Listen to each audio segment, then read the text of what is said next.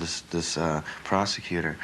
So now it's at a point where in October there's going to be some trial dates, I think. I think it's in October. Did you have to reschedule any shows? No, the tour is fine. You know, we're safe on that end. Must be sort of a headache, though, even you know what, with this for the rest of band, the this band, nothing phases me. So much stuff has gone on, and it's like we used to have this old sort of like standard joke amongst us, which was, you know, it's just another test. You get through it, there's another one. It seems like we've had every obstacle known to any rock and roll band thrown at us, and you just have to get through them. You know, and once you get past it, then you go on, another one comes. After a while, it's, you know, it's just like, whatever, all right. Well, it must make you more resilient. I mean, I feel that way about my day-to-day life. There's a lot of truth to the fact that, you know, you do get jaded after a while.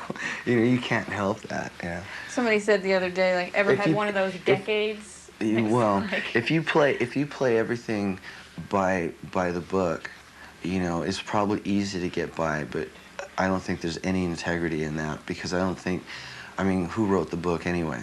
So when you go up against, I wouldn't say society, when you go against the set rules that are made by whoever, you know, the set law, you know, then you have to know that you're going to have problems. Yeah, the system's a good word for it.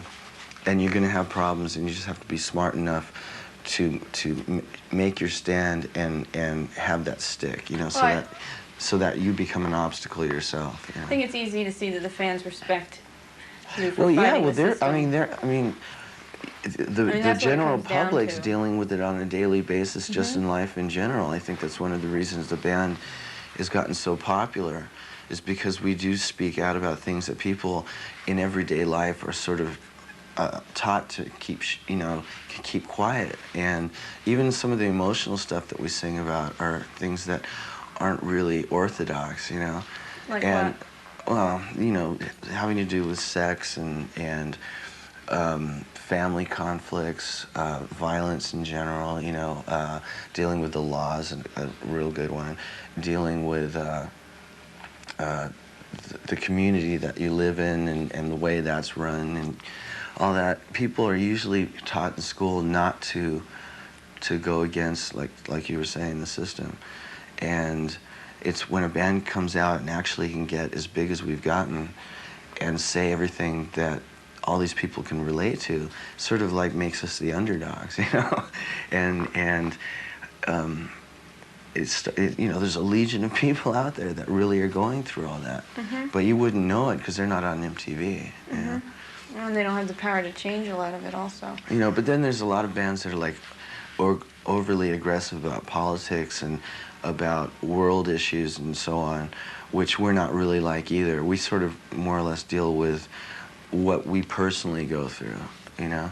And if something inspires you to write a song that you see going on in the world, then fine, but we're not out to send any real messages or direct, like, everybody in one direction, you know? Makes sense. Sort of like the Tommy syndrome, right? We're not like that. Spare us from Tommy, too. Well, tell me about another thorn in your, maybe a thorn in your side, that Black Death vodka thing. That's not a thorn in my side, you know, because that gets me to the point, you know, when I got hassled for Black Death vodka, it just made me go, cool, you want to screw with me around it, you know? It's like you're gonna, people are gonna look at me as a public figure that's influencing the youth of America, and I was like, no, that's not it at all. It was just cool vodka, I had a great label, and I said I would endorse it, you know. And then I got hassled by the Surgeon General and all that kind of stuff, and I was in like the Wall Street Journal. You know, I was like, how does some rock guitar player become so significant? You know, had it been Joe Blow on the street, you know, it wouldn't matter.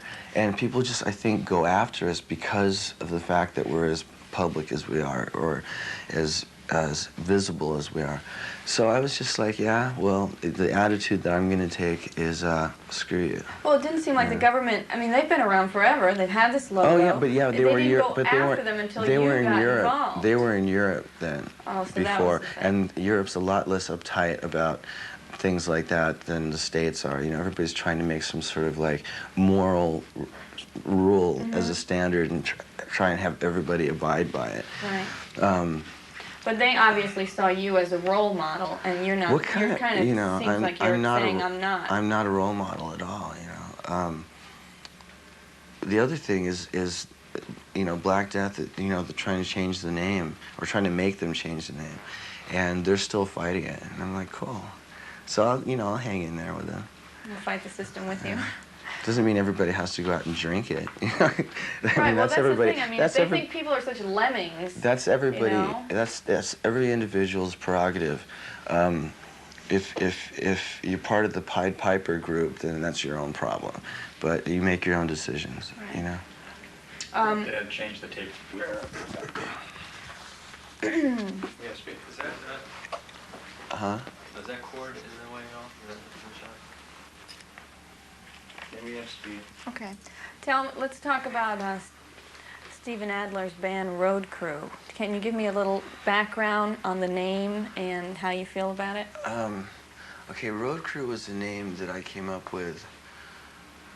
It was a while before Guns N' Roses even started, and before I even met Axl. And there was different versions of it. You know, I could never find a singer, so it didn't do that much. And there was one point when I did have a singer. We went and played a bunch of places, and I'd known Steve previous to that, and he was in the band for a couple weeks, and when we first met Duff, and we rehearsed together, we had a big fallout, and it broke up, and that's when Guns N' Roses consequently started to come together. Anyway,